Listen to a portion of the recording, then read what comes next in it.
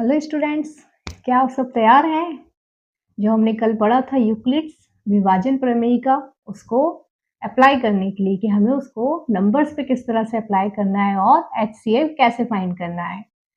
बात करते हैं पिछली क्लास की। लास्ट क्लास में जो तो हमने वास्तविक नंबर से उनको डिटेल में समझा था, उनके जो प्रकार होते हैं उसको डिटेल में समझा था, जिसमें से जो अपरिमेय संख्या जो होती है उसको हमने अच्छे से समझ लिया था कि वो क्यों होती है ऐसी। अपरिमेय संख्याएं मीन्स √2, पाई की वैल्यू, ये सब अपरिमेय संख्याएं होती हैं, बट ये वास्तविक नंबर्स भी होते हैं क्योंकि हम इन्हें नंबर लाइंस पर बताते हैं। जिन्हें अभी भी थोड़ा बहुत डाउट है तो वो मेरी जो लास्ट की क्लास है वो देख सकता है, जिससे आपका डाउट क्लियर हो जाएगा। आज की जो क्लास है उसमें हम जो यूक्लिड्स का विभाजन वाला मेथड है, जिससे हम एचसीएफ फाइंड करते हैं, वो हम सीखने वाले हैं। उससे रिलेटेड है, जिसमें हम कुछ एग्जांपल्स दिए हुए हैं उसको हम सॉल्व करेंगे कि पहले हम इसको किस तरह से यूज कर सकते हैं। थोड़ा सा टफ है बट आपको अच्छे से ध्यान देना पड़ेगा। हम ज्यादा एक साथ सवाल नहीं करेंगे, थोड़े थोड़े करके करेंगे, जिससे आपके दिमाग में वो बैठ जाए। तो चलिए बिना देरी करे चलते हैं आज की क्लास की तरफ। तो बच्चों, जो लास्ट क्लास थी उसमें हमने सब कुछ सीख लिया था, जैसे वास्तविक संख्याएं क्या होती हैं, नंबर लाइन जो होती है, संख्या रेखा क्या होती है, वास्तविक संख्याओं के प्रकार हमने पढ़ लिए थे। उसके बाद जो हमने चेक किया था कैसे वो कौन-कौन सी वास्तविक संख्याएँ और नहीं हैं, किस प्रकार की हैं, और अपरिमेय संख्याएँ जो होती हैं, वो अपरिमेय क्यों होती है, ये हमने अच्छे से समझा था। अब जो है हमने उसके बाद एक यूक्लिड्स वाला जो विभाजन प्रमेय का जो थी हमने इसको भी समझ लिया था, जान लिया था। अब जो है हम इसको यूज़ करते हैं कि इसको यूज़ करके हम किस तरह से एचसीएफ निकालते हैं। ओके, जैसे कि आपको दिया है बच्चों, ये क्या होती है, एचसीएफ फाइंड करने के लिए होता है। ओके, ये जो नियम होता है बच्चों, हमको क्यों दिया होता है, एचसीएफ फाइंड करने के लिए, मतलब हाईएस्ट कॉमन फैक्टर। अगर जो दो नंबर्स हैं दोनों में हमको देखना होता है कि दोनों के सबसे कॉमन जो गुणनखंड है वो कौन कौन से हैं, ये हम यहाँ पर चेक करते हैं। ओके, तो चलिए स्टार्ट करते हैं। इसका बेसिक सा एग्जांपल दिया हुआ है, ये वाला, इसको हम सॉल्व कर कर देखते हैं। ओके, चलिए बिना देरी किए आगे बढ़े।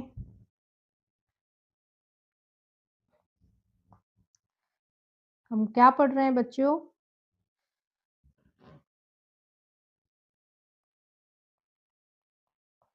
यूक्लिड विभाजन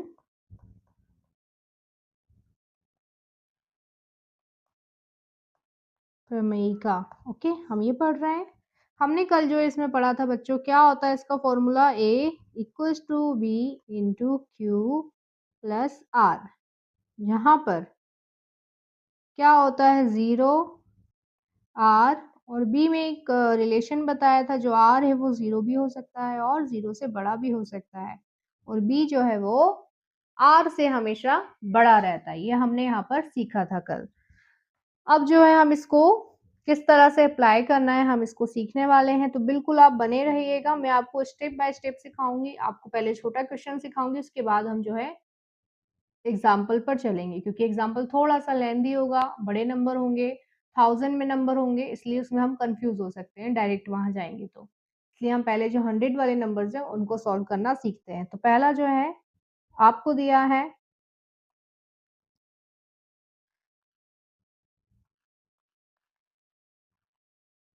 यहाँ पर आपको एचसीएफ निकालना है बच्चों, किसका, 455 और 420, मतलब 400 नहीं, सॉरी 42 का, मतलब 42 का, 455 और 42 का आपको एचसीएफ निकालना है। ओके, तो आप क्या करते हो, आपको तो एक मेथड पता ही है गुणनखंड निकालने वाली, ऐसी वाली, इससे भी आप निकाल लेते हो, पर अभी आपको क्या बोला है, आपको बोला है यूक्लिड से निकालना है। यूक्लिड्स की मेथड क्या होती है बेटा, यहाँ पर आप सबसे पहले देख लो, जो ये बड़ी वैल्यू होगी वो किसकी होगी, ए होगी, और छोटी वैल्यू बी होगी। हमको क्या करना है, इस फॉर्म में लिखना है। तो चलिए स्टार्ट करते हैं इसको लिखना। हमको पता चल गया है क्या, ए वैल्यू ए यहाँ पर क्या है बच्चों, ए की वैल्यू दी है 450 मतलब 455 और बी की वैल्यू है 42। थोड़ा-थोड़ा बीच में इंग्लिश बोल देती हूँ और मैं मुझे याद आता है तो मैं हिंदी बोल देती हूँ, ओके? जिन्हें भी डाउट हो थोड़ा-सा समझ लेना बच्चों। तो क्या है, ए की वैल्यू 455 और बी की वैल्यू 42, तो हमको किस फॉर्म में लिखना है?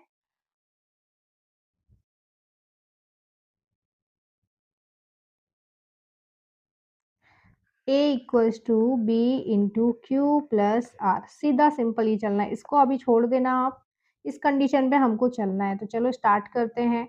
ए की वैल्यू क्या है बच्चों, 400 और 455 इक्वल्स टू बी की वैल्यू 42। अब इनटू में क्यू और आर क्या आएगा, यहाँ हम चेक करेंगे।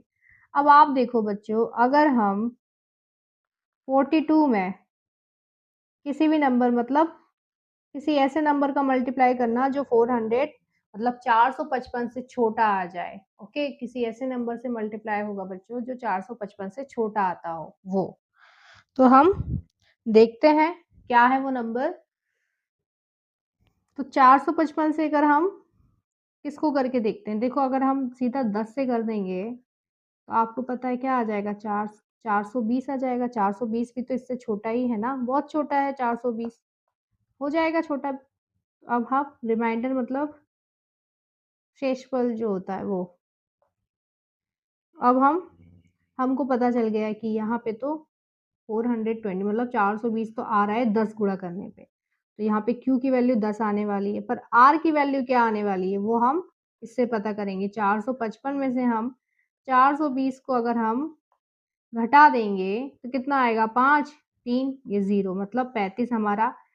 हमको क्या समझ में आ गया बच्चों, यहाँ पर जो है Q की वैल्यू मतलब Q की वैल्यू क्या है, ये 10 है और 35 जो है रिमाइंडर मतलब शेषफल है, ओके? भागफल और शेषफल हमको यहाँ समझ में आ गया है।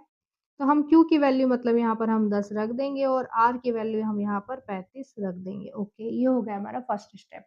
हमको ये स्टेप तब तक करनी है जब तक इस वाली लाइन में 0 नहीं आ जाता। हमको ये स्टेप तब तक करनी है। ये थी पहली स्टेप, बहुत सिंपल थी, ठीक है? अब हमको क्या करना है, नेक्स्ट स्टेप पे चलना है। नेक्स्ट स्टेप दी हुई है, अब क्या होगा, इसमें जो बड़ी वैल्यू होगी और छोटी वैल्यू ए, जो बड़ी वैल्यू होगी वो हमारी ए हो जाएगी, मतलब अब हमारा जो ए है वो क्या हो जाएगा, 42 हो जाएगा, ओके? मैं यहाँ लिख देती हूँ बच्चों ताकि कंफ्यूजन ना हो। अब क्या होगा, हमारा ए की वैल्यू क्या हो जाएगी, 42 और बी की वैल्यू हो जाएगी 35, ओके? इतना आपको समझ में आ गया। ए की वैल्यू हमारी यहाँ पर लिख देती हूँ ताकि आप बार-बार कंफ्यूजन ना हो आपको।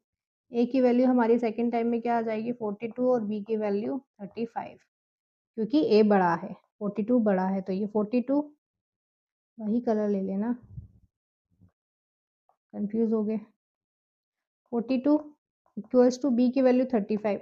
अब आप देखो 35 में कौन से नंबर से मल्टीप्लाई करोगे कि 42 आ जाए या 42 से कम आ जाए। आप भाग देते हो तो आपको पता है हमेशा छोटा नंबर चाहिए या वही नंबर चाहिए, ठीक है? तो आप 35 से अगर 42 मतलब 35 से आप 42 को भाग दे रहे हो तो 42 तो नहीं आ पाएगा, सीधा एक बार में दोगे आप, क्या दोगे, कितना आया 12, 12 में से 5 गया बच्चों 7 बचा, 3 में से 3 0।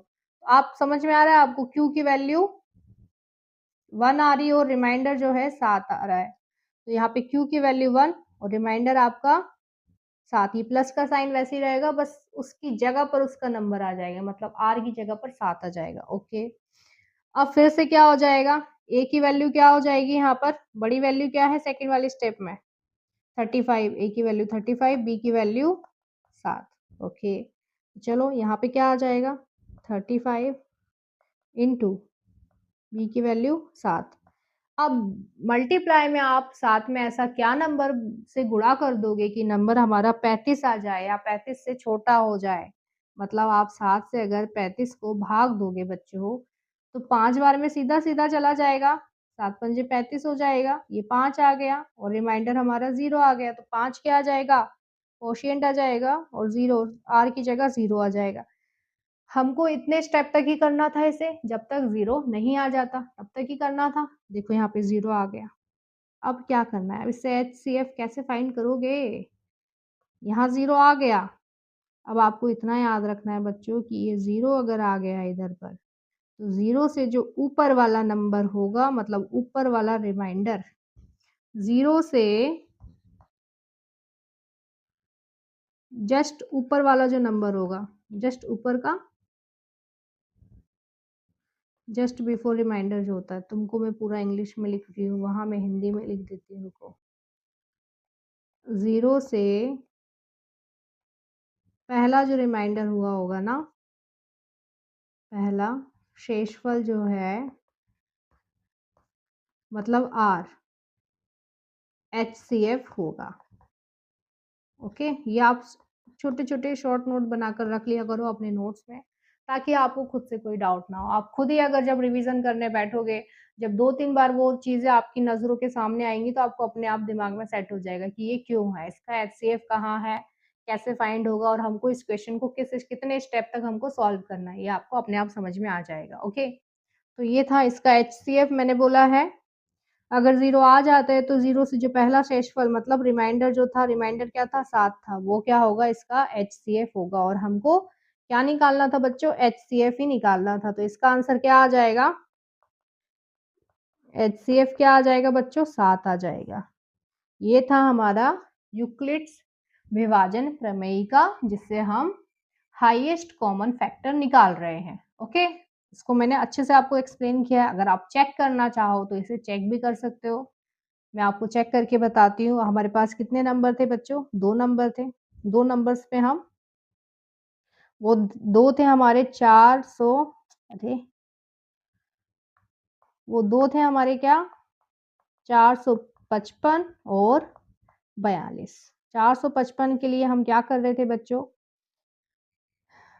इसको देखो आप सीधा करोगे 5 से, 5 नम 45, 5 एकम 5। अब 7 एकम 7, 7 तिया 21, 13 एकम 13, ऐसे ही 2 दूनी 4, 2 एकम 2, 3 सते 21, 7 एकम 7। ओके, क्या है, 5 इंटू 7 इंटू 13, और ऐसे ही 2 इंटू 3 इंटू 7। आपको पता है एच सी एफ फाइंड करने के लिए हम क्या करते हैं, दोनों में कॉमन नंबर चेक करते हैं। आप देखो यहाँ पे 5 है, यहाँ पर 5 नहीं है, यहाँ पर 7 है, यहाँ पर 7 है। ओके, यहाँ पर 7 है, यहाँ पे 7 है, यहाँ पे 13 है, यहाँ पे 13 नहीं है, कहीं पर भी नहीं है। तो हमारा क्या है, हाईएस्ट कॉमन फैक्टर जो है बच्चों, यही आएगा ना, क्या आएगा, 7 आएगा। इसको हम लिख देंगे यहाँ पर 7, हाईएस्ट कॉमन फैक्टर। यही हमारा इस मेथड से भी आया था। ओके, यही हमारा इसी मेथड से भी आ गया था, हाईएस्ट कॉमन फैक्टर। तो ये था हाईएस्ट कॉमन फैक्टर निकालने की यूक्लिड विभाजन प्रमेय का। ओके, तो इसको हमने इस मेथड से भी सॉल्व करके देखा, तो हमारा आंसर 7 आ रहा है। ये हमारा आंसर था। ओके, अभी भी अगर किसी को डाउट होता है इस चीज में कि मैम ये कैसे आ रहा है, क्यू की वैल्यू कैसे आ रही है, आर की वैल्यू कैसे आ रही है, तो ये आप मुझे फिर से पूछ सकते हो, तो मैं आपको जरूर हेल्प कर दूंगी। ओके, बट आपको सिंपल डिवीजन वाला मेथड लेना है कि आपको बड़ी वैल्यू जो होगी वो ए की वैल्यू होगी, और बी जो रहेगा छोटा रहेगा। बी से मतलब बी वाले से आपको ए को भाग देना है। भाग देने के लिए हम या तो उसी नंबर को लाते हैं, या उससे थोड़ा छोटा लेते हैं उसके टेबल में। ओके, उसके पहाड़े में हम उससे थोड़ा छोटा वाला नंबर लेकर चेक करते हैं। तो यहाँ पर अपना इस तरह से इसको सॉल्व कर लिया। अब चलिए एग्जाम्पल नंबर फर्स्ट जो आपको दिया हुआ है, ये अभी यहाँ पर दिया हुआ था, हमने इससे निकाल लिया। ये देखो आपको यहाँ पे दिख जाएगा बच्चों, ये इन्होंने आंसर इसका 7 है, अर्थात 7 ही 455 और 42 का एचसीएफ है। हमने भी 7 निकाल लिया। अब हमारा जो सेकंड है क्वेश्चन, एग्जाम्पल नंबर 1 दिया हुआ है, 4052 और 12576 का एचसीएफ यूक्लिड्स विभाजन एल्गोरिथम का प्रयोग करके ज्ञात कीजिए। तो चलिए हम इसको सॉल्व करते हैं। ओके, कुछ नहीं है, आपको बस याद रखना है कि हम कैसे सॉल्व कर रहे हैं।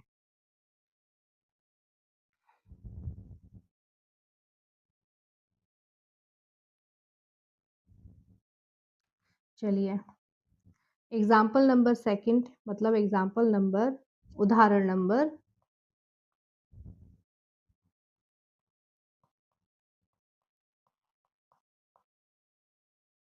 फर्स्ट है बुक में। ओके, क्या है बच्चा, इसको हमको यूक्लिड विभाजन से हमको निकालना है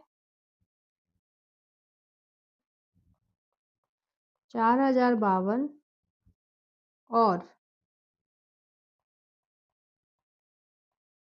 12576 के बीच का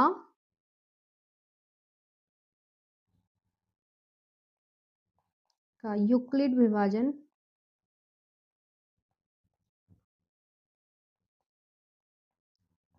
विभाजन प्रमेयिका से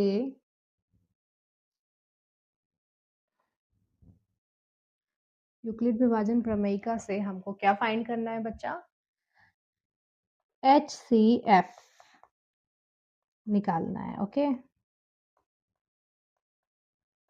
अब देखो इतना बड़े बड़े नंबर है, इसका आप फैक्टर करोगे मतलब गुणनखंड निकालोगे, बहुत लंबा टाइम जाएगा। ओके, हम इससे निकाल कर देखते हैं। ओके, चलिए कैसे निकालते हैं, आपको पता है बड़ा नंबर क्या है दोनों में, वो क्या हो जाएगा, जो बड़ा नंबर रहेगा वो ए हो जाएगा। बड़ा क्या है, 12576। ओके, और बी क्या हो जाएगा बच्चों, बी हो जाएगा 4052। ओके, हमको क्या फॉर्मूला पता है इसका, A equals to B into Q plus R.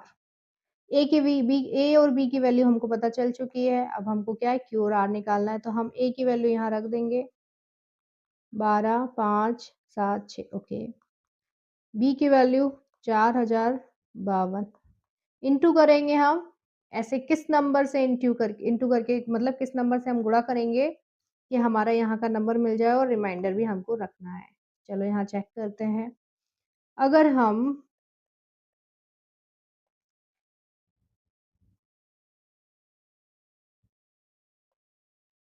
यहाँ पर हमको सोचो ये 4000 है बच्चा और ये 12000 है, हमको ऐसे नंबर से गुणा करना है कि हमारा थोड़ा सा 12000 के आसपास पहुंच जाए। ओके, हमारा जो आंसर है 12000 के आसपास पहुंच जाए, तो हम क्या करेंगे, बड़े से नंबर 4000 और 12000 में अंतर कितना है, 8000 का। ओके, 8000 का अंतर है यहाँ पर, आप क्या करोगे यहाँ पर, आप थोड़ा सा बड़ा नंबर मतलब स्टार्टिंग से आप थोड़ा सा लेकर चलो, तो अगर मैं 2 से यहाँ पर गुणा करके देखती हूँ तो 2 दूनी 4, 2 पंचे 10, एक सीधा आया, एक सीधा क्यों आया, क्योंकि मैंने 0 का इंटू 2 से किया तो 0 आएगा और 0 में अगर मैंने 1 प्लस किया तो सीधा 1 आ जाएगा, ऐसे 2 चौको 8, मतलब ये 8000 पहुंच रहा है, अभी भी 4000 का अंतर है। मतलब अगर मैं एक स्टेप और मतलब 4000 का अंतर, मतलब अगर मैं 3 से इसका गुणा करूँगी तो ये थोड़ा-सा 12000 के आस-पास आ सकता है, ये हमको पता है। ओके, इतना ईज़ी है ये कि अगर मैं इसको 3 से गुणा करके देखूँगी तो ये 12000 के आस-पास आ जाएगा। चलो मैं यहाँ पे 3 से गुणा करके देखती हूँ, 4052 इंटू 3, 3 दूनी 6, 3 पंजे 15, 1 आया, 3 एकम 3 एकम 3 नहीं आएगा, 1 सीधा आएगा, 3 चौको 12, आपको समझ में आ रहा है? 12,156 आ रहा है, यहाँ पे था 12,576। अब यहाँ पर आस-पास आ गया, हम यहीं से रिमाइंडर निकालेंगे, रिमाइंडर कैसे निकालेंगे, जो ए है, ए से हम कोशिएंट को माइनस कर देंगे, रिमाइंडर कैसे फाइंड होगा बच्चों, ए जो है,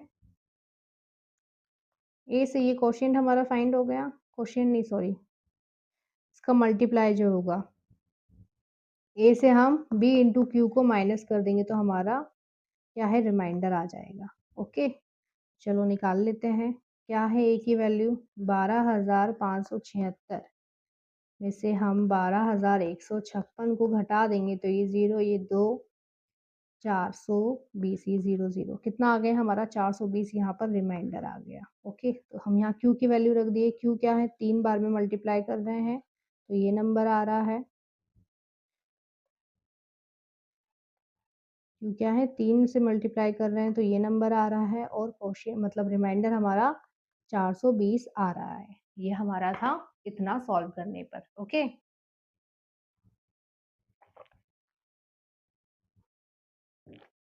ये थी हमारी first step, okay. Second step जो थी हमारी, सेकंड स्टेप में है हमारा थोड़ा-सा जो है ए और बी की वैल्यू यहाँ से चेंज हो जाएगी। हम मैंने आपको पहले से ही बोला है ए की वैल्यू जो सबसे बड़ी है, ए की वैल्यू वो रहेगी जो सबसे बड़ी है। तो अब देखो आप यहाँ पे, मैं यहाँ लिखती जाऊँगी बच्चों, ए की वैल्यू हम अब क्या ले रहे हैं बी। अब हमने फर्स्ट स्टेप में हमारी ए और बी की वैल्यू पता थी। अब यहाँ पे हमारी ए की वैल्यू क्या हो जाएगी जो सबसे बड़ी होगी, मतलब इस वाले हिस्से में जो ए की वैल्यू सबसे बड़ी मतलब 4052 और बी की वैल्यू उससे थोड़ी छोटी 420, मतलब जो रिमाइंडर बचेगा वो बी की वैल्यू होगी और जो बी था वो ए हो जाएगा। ओके, क्या होगा, जो बी था वो ए बन जाएगा, जो रिमाइंडर था वो बी बन जाएगा। ओके, ये था इसका सेकंड वाला स्टेप। अब हम यहाँ लिख देंगे बच्चों,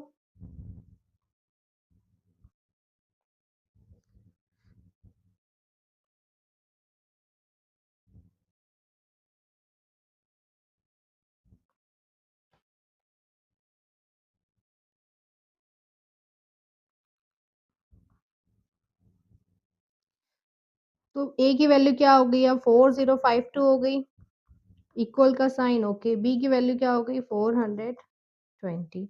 अब आप देखो 420 को हम किस नंबर से हम ऐसा लेंगे यहाँ पर जो ये 1000 में आ जाए, 4000 के आसपास आ जाए। 1000 में चाहिए तो अभी देखो मैं यहाँ पर थोड़े से छोटे नंबर से मल्टीप्लाई करके देखती हूँ। 052 जा 5 दूनी 10 बेटा, 5 को 20 और एक 5, अच्छा ऐसा सही वो करा है क्या ना, 5 को 20 और एक 21, ये आ जाएगी 2000 के आसपास। ओके, ये 2000 के आसपास हो रही है, वाह 5 में आने पर। हमको क्या चाहिए, थोड़ा-सा और 4000 के आसपास चाहिए। अब मैं थोड़ा-सा और बड़े नंबर से मल्टीप्लाई करके देखूँगी इसको, 420 को। कैसे आएगा 420 से बच्चा? 8 बार में करके देख लेती हूँ। 8 एकम 8, 8 दूनी 16, 1 8 चौको 32 और एक 33, 3000 के आसपास आ गई। मतलब मैं अगर एक बार और एक स्टेप मतलब 8 लिया, अगर मैं 9 से कर दूँगी तो ये थोड़ा-सा आसपास आ जाएगी। 4200 नहीं चाहिए हमको क्योंकि 52 है, और 4000 3060 से 4200 के बीच में तो एक नंबर आ जाएगा यहाँ पर। तो यहाँ पर देखते हैं हम 9 से गुणा करके, 0 9 एकम 9, 9 दूनी 18, एक इधर आया, 4 नमक 36, 36 और एक बेटा 37, कितना आ रहा है 3780 आ रहा है। मतलब यहाँ पर जो है हमारा क्वोशिएंट की वैल्यू 9 आ जाएगी। ये हमको पता चल गया क्वोशिएंट की वैल्यू 9, प्लस में रिमाइंडर आ जाएगा हमारा। रिमाइंडर कैसे आएगा, ये जो ए की वैल्यू इससे हम इसको डिवाइड माइनस कर देंगे, ठीक है, घटा देंगे तो हमारा रिमाइंडर आ जाएगा। तो कितना है,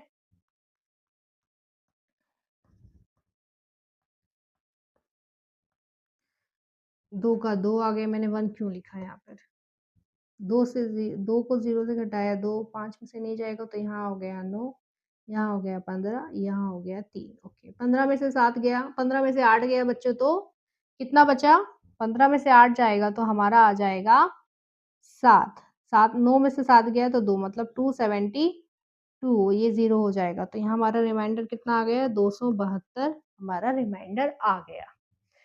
फिर से वही स्टेप, जो यहाँ पे बी होगा अब ए हो जाएगा, जो रिमाइंडर होगा वो बी हो जाएगा। तो मतलब यहाँ पर क्या आ जाएगा,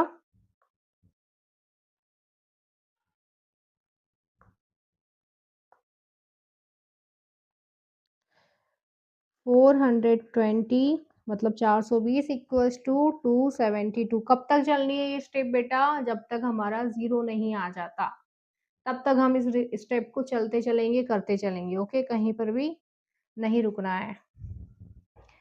400 200 420 को मैंने ले लिया, 272 हो गया यहाँ पे। 272 को अब मैं कैसे, ऐसे कौन से नंबर से मल्टीप्लाई करूँगी कि ये 420 से छोटा आ जाए या 420 भी आ जाए, कोई बात नहीं, चलेगा हमें तो। क्या करेंगे, 272 को मैं किससे मल्टीप्लाई करके देखती हूँ पहले बच्चा, देखो 2 से करके देखूँगी तो मैं क्या करूँगी, 2 2 ज़ा 4, 2 7 ज़ा 14, 2 से तो 14 और एक इधर आया, 2 दूनी 4 और एक 5। ये तो 420 से बड़ा हो रहा है, मतलब मुझे एक बार में ही लेना पड़ेगा, 2 बार में तो ये बड़ा हो रहा है, तो मुझे एक बार में क्या लेना पड़ेगा, इसका मल्टीप्लाई लेना पड़ेगा और प्लस में रिमाइंडर क्या आ जाएगा 420 से अगर मैंने 272 को मैंने घटा दिया, 10 हो गया यहाँ 11, 10 में से 2 गया तो 8 बचा, यहाँ से 1 ले लिया, 11 में से 7 गया बच्चों तो कितना आ गया 4 आ गया और यहाँ पर बचा था 3, 3 में से 2 गया तो 1, तो रिमाइंडर हमारा आ गया 148, मतलब 148 हमारा रिमाइंडर आ गया। ओके चलेगा, ये भी हम इसको भी देखते हैं आगे का। अब क्या है हम देखते हैं, अब फिर बी की ए की वैल्यू हो जाएगी 272, बी की वैल्यू हो जाएगी 48। अब आप देखो यहाँ पर बच्चों, यहाँ पर भी जो है हम एक टाइम में मतलब वन टाइम में ही हम मल्टीप्लाई करके कर पाएंगे इसको, तभी ये आ पाएगा क्योंकि 2 बार में ज़्यादा हो जाएगा। 2 अट्ठे 16, 1 2 चौको 8 और 1 9, 2 एकम 2, 296 मतलब 296 272 से बड़ा है ना, तो हमको एक बार में ही लेना पड़ेगा। तो एक बार में हम क्या लेंगे 148 का अगर हम 1 से गुणा करेंगे तो 148 ही हो जाएगा, जैसे 2 एकम 2 होता है वैसे ही ये भी हो जाएगा। तो अब हम इसको मतलब हम क्या करेंगे 1 से ही गुणा करेंगे 1, रिमाइंडर जो है हम देखते हैं क्या आता है 272 में से अगर हमने 148 को घटा दिया तो यहाँ 6 बचा, यहाँ 12, 12 में से 8 गया तो 4, 6 में से 4 गया 2, 2 में से 1 गया 1, मतलब 124, 124 हमारा रिमाइंडर आ गया। अब फिर से ए की वैल्यू क्या हो जाएगी 148, 124 यहाँ पर, इसको भी हम एक बार में गुणा करके लेंगे क्योंकि 124 को हम डबल करेंगे तो 148 से ज़्यादा आ जाएगा और फिर इसका रिमाइंडर कितना आ जाएगा 148 में से 124 को घटाया तो 4 2 0 मतलब क्या आ रहा है 24 आ रहा है बच्चा, इसका रिमाइंडर आ रहा है 24। अब फिर से हमारा जो है ए की वैल्यू 124 और बी की वैल्यू 24। अब आप देखो 24 में आप ऐसे किस नंबर का मल्टीप्लाई करोगे कि वो 124 के आसपास आ जाए। तो अगर आप 24 में आप 5 से गुणा कर दोगे तो 5 चौको 20 होता है ना, 5 दूनी 10, 10 में 2 जोड़ा तो 11 12, कितना आ गया 120, 120 और 124 में थोड़ा सा आसपास आ गया ना, ये आ गया ये। क्या करेंगे हम इसको कितने से गुणा करके लेंगे बच्चों 5 से गुणा करके लेंगे इसको 24 मतलब 24 में अगर हमने 5 से गुणा किया तो 120 आ जाएगा और 120 को अगर हमने 124 से घटा दिया तो हमारे पास रिमाइंडर आ जाएगा 4, हमारा 4 आ जाएगा क्या रिमाइंडर 4। अब फिर से ए की वैल्यू क्या हो जाएगी बच्चा 24 हो जाएगी, बी की वैल्यू 4 हो जाएगी। अब आप 4 में ऐसे कैसे नंबर कौन से नंबर का गुणा करोगे जो आपका 24 आ जाएगा, तो आप क्या करोगे 4 6 24, 6 4 ज़ा 24 आता है, सीधा कर दोगे यहाँ पे 6 से गुणा, रिमाइंडर बचेगा 0 क्योंकि यहाँ का जो गुणा है करने पर जो है हमारा आ रहा है 24, 24 में से 24 को घटाओगे तो हमारा 0 आ जाएगा, आ जाएगा। रिमाइंडर आ गया 0 मतलब ये यहाँ पर जो है ये हमारी लास्ट स्टेप थी। अब लास्ट स्टेप जो थी हमारा 0 आ गया। ओके ये मैं साइड का सारा रफ कर रही हूँ बच्चों क्योंकि अब आपको आ गया होगा कैसे सॉल्व करना है।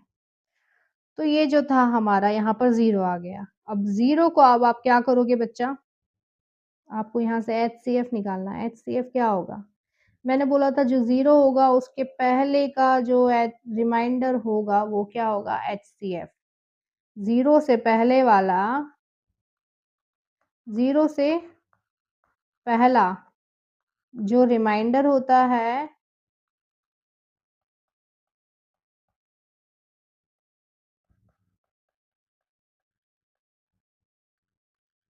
वो क्या होता है HCF होता है। ये साइड में इसलिए लिख रही हूँ ताकि आप भी एक छोटा सा ऐसा नोट होता है ना उसको बनाकर लिख लो, आपसे गड़बड़ ना हो। ओके HCF होता है। ओके तो HCF यहाँ पर क्या है बच्चा, HCF यहाँ पर क्या आ रहा है आपका HCF आ रहा है आपका 4। ओके, HCF जो है हमारा यहाँ पर क्या आ रहा है बच्चा, इसी का जो आंसर है हमारा क्या आ जाएगा, HCF 4 आ जाएगा। हमारा जो आंसर है HCF 4। ओके, इसी तरह से जो है आपको आगे के भी जो इससे रिलेटेड क्वेश्चन आएंगे एक्सरसाइज में, आपको इसी मेथड से सॉल्व करना है। और एग्जाम में भी सेम एज इट इज जैसा दिया गया है वैसे ही आपको बोल सकते हैं कि आपको एग्जाम में इसी मेथड से, मतलब यूक्लिड विभाजन प्रमेयिका से ही आपको HCF फाइंड करना है, हाईएस्ट कॉमन फैक्टर निकालना है। जो गुणनखंड वाली विधि है उसको नहीं यूज करना है, यहाँ पे विभाजन विधि थोड़ी सी टफ है, बट आप इसी क्वेश्चन को मतलब कितना 10 भी बहुत बार हो जाएगा, 2 या 3 बार खुद के दिमाग से कर लोगे ना, एक बार आप देख देख कर लो, 2 बार देख कर लो, पर तीसरी बार आप खुद से ट्राई करो। उस सारी चीजों को याद रखो कि मैंने पॉइंट टू पॉइंट क्या क्या बात बोली है, स्टेप बाय स्टेप मैंने एक के बाद एक क्या क्या बातें बोली हैं, किस तरह से ए की वैल्यू चेंज हो जाएगी, बी की वैल्यू चेंज हो जाएगी, क्यू और आर, ओके, हमको कैसे निकालना है, ये सब ध्यान रखोगे तो आप आराम से सॉल्व कर दोगे। ओके, आज तक के लिए आपके लिए ये 2 क्वेश्चन बहुत हैं, क्योंकि हम ये 2 भी मतलब इससे ज़्यादा मैंने अगर पढ़ा दी तो आप लोग के लिए बहुत ज़्यादा हो जाएगा। तो ये जो 2 क्वेश्चन है हमने इसको समझा है बहुत अच्छे से, वो भी अलग-अलग 2 तरीकों से। इससे हमने गुणनखंड विधि से भी सॉल्व किया। तो आप सबसे मैं यही उम्मीद करूँगी कि आप इसको अच्छे से 2-3 बार खुद से प्रैक्टिस करो, तभी आपको आगे के भी जो एग्ज़ाम्पल्स हैं वो सॉल्व करना आएँगे। जो नेक्स्ट वीडियो रहेगी उसमें भी मैं इसी से रिलेटेड जो है आगे के और स्टेप बताने वाली हूँ और क्वेश्चन जो है बताने वाली हूँ, उसको फिर से हम जो 3 मेथड है, जैसे फर्स्ट है हमारी यूक्लिड्स, उसी से सॉल्व करेंगे। सेकंड है हमारी लैडर वाली एक होती है, उससे भी कर सकते हैं। और थर्ड जो है हमारी फैक्टराइजेशन मतलब गुणनखंड जो विधि है उसी से करेंगे, उससे सॉल्व करेंगे। ओके, अच्छे से प्रैक्टिस करना, बिल्कुल घबराना नहीं, बिल्कुल डरना नहीं। अभी से अगर आप तैयारी करने में लग जाओगे तो बिल्कुल आप आसानी से एग्ज़ाम निकाल लो। तो बच्चों, आज की जो क्लास थी उसमें हमने यूक्लिड्स का जो विभाजन मेथड था, जिससे हम HCF फाइंड कर रहे थे, मतलब हाईएस्ट कॉमन फैक्टर, उसको हम फाइंड कर रहे थे। उसके लिए हमने उस जो प्रमेय का जो मेथड दी हुई थी उसको हमने यूज़ किया और हमने अच्छे से सीखा कि इसको हमें कैसे यूज़ करना है और हमारा HCF फाइंड होगा।